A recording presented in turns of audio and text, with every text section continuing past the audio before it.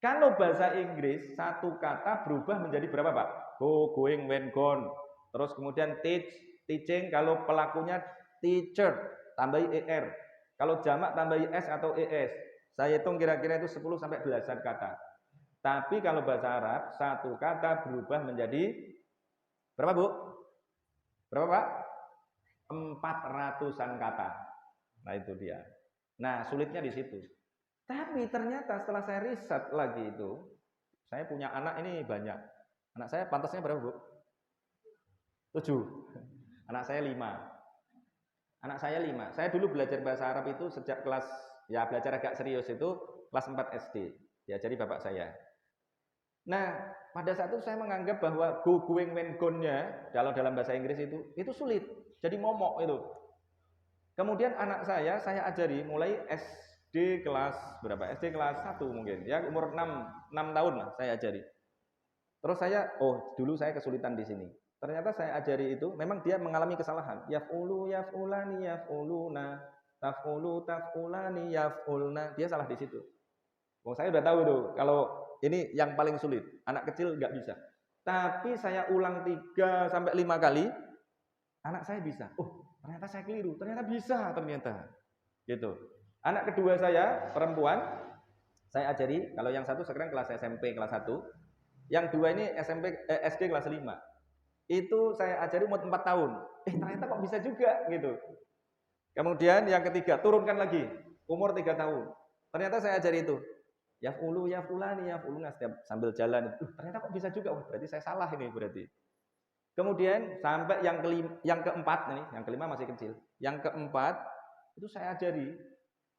Itu fa'ala yaf'ulu fa'lan wa maf'alan fahuwa fa'ilun wa dzaka maf'ulun uf'ul la taf'ul maf'alun mif'alun.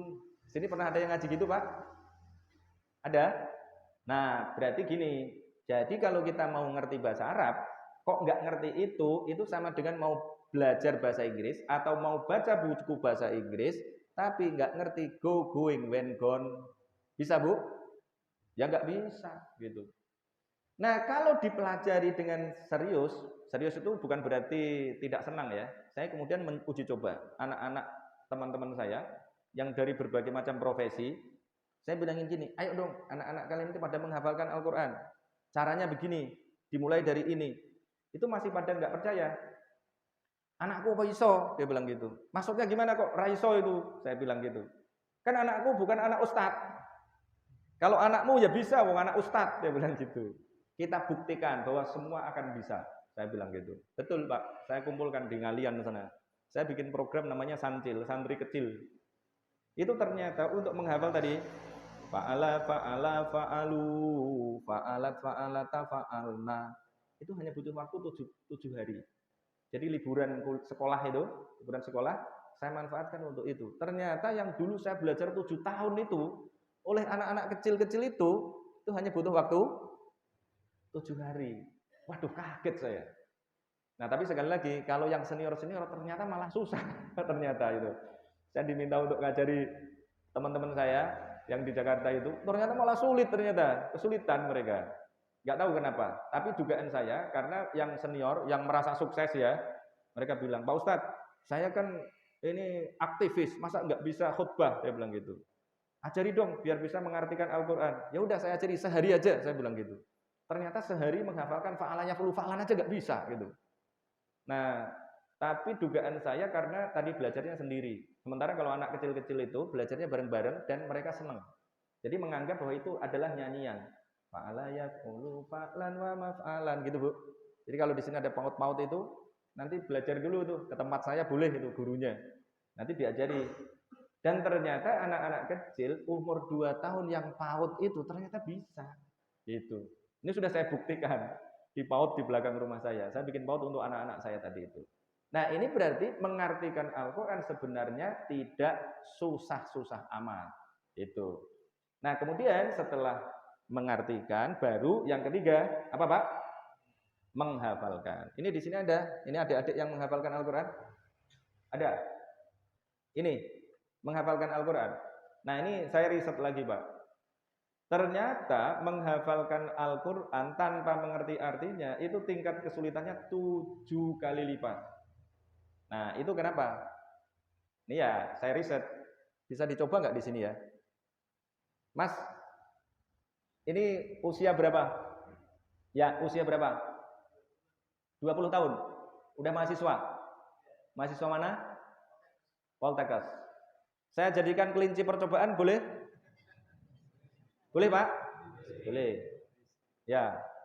Saya jadikan kelinci percobaan. Percobaannya begini. Nanti ikuti saya ya. Namanya siapa? Hakim, Mas Hakim. Ikuti saya ya, perhatikan mulut saya. Perhatikan, oke, sudah? Kamu akan kembali karena tidak akan dimerang. Kan?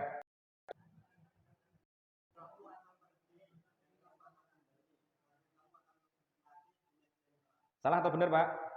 Masih ada salah satu. Ya. Ulangi lagi ya. Perhatikan. Kamu akan pergi, kamu akan kembali karena kamu tidak akan mati di medan perang.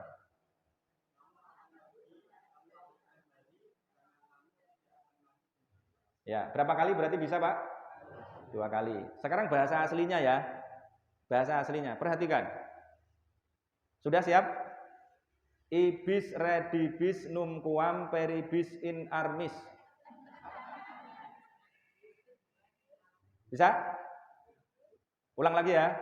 Ibis redibis numquam peribis in armis. Sudah bisa? Belum. Ibis redibis numquam peribis in armis. Nah, sudah saya riset, Pak. Itu audiens saya 350 orang yang katanya mau menghafal Al-Quran itu. Saya minta mengulang tadi itu, ya memang minimal 7 kali. Dari 350 orang yang bisa mengulangi pada pengulangan ke-7 itu hanya 2 orang. Jadi berarti yang 2 orang ini adalah daya ingatnya paling baik. Gitu. Pada pengulangan 8 ada 5 orang. Pada pengulangan ke-9 ada 10 orang. Pada pengulangan berikutnya nambah lagi. Gitu. Berarti anak yang paling pinter sekalipun, anak yang tadi itu ya, daya ingatnya paling kuat, itu butuh 7 kali usaha. Padahal kalau ngerti artinya cuma berapa kali usaha, Pak, tadi? 2 kali. Oh gitu. Maka dulu teman-teman saya, seangkatan saya menghafalkan Al-Quran itu rata-rata 3-5 tahun. Saya dulu menghafal Al-Quran ini alhamdulillah 1,5 tahun. Tadinya saya menghafal Al-Quran juga kesulitan ketika SMP itu karena belum ngerti artinya. Ketika SMA saya ngaji tafsir, baca kitab gitu. Oh, ternyata Al-Quran isinya begini ya, gitu. Maka kemudian menghafalkan jadi mudah.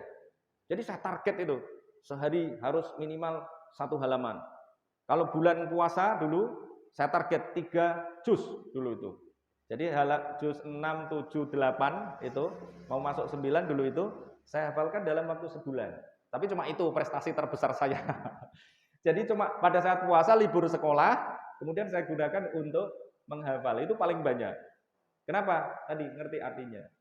Nah, jadi kalau mengerti artinya dulu, anak-anak kita ini jadi lebih semangat. Saya uji coba, Pak, kemudian.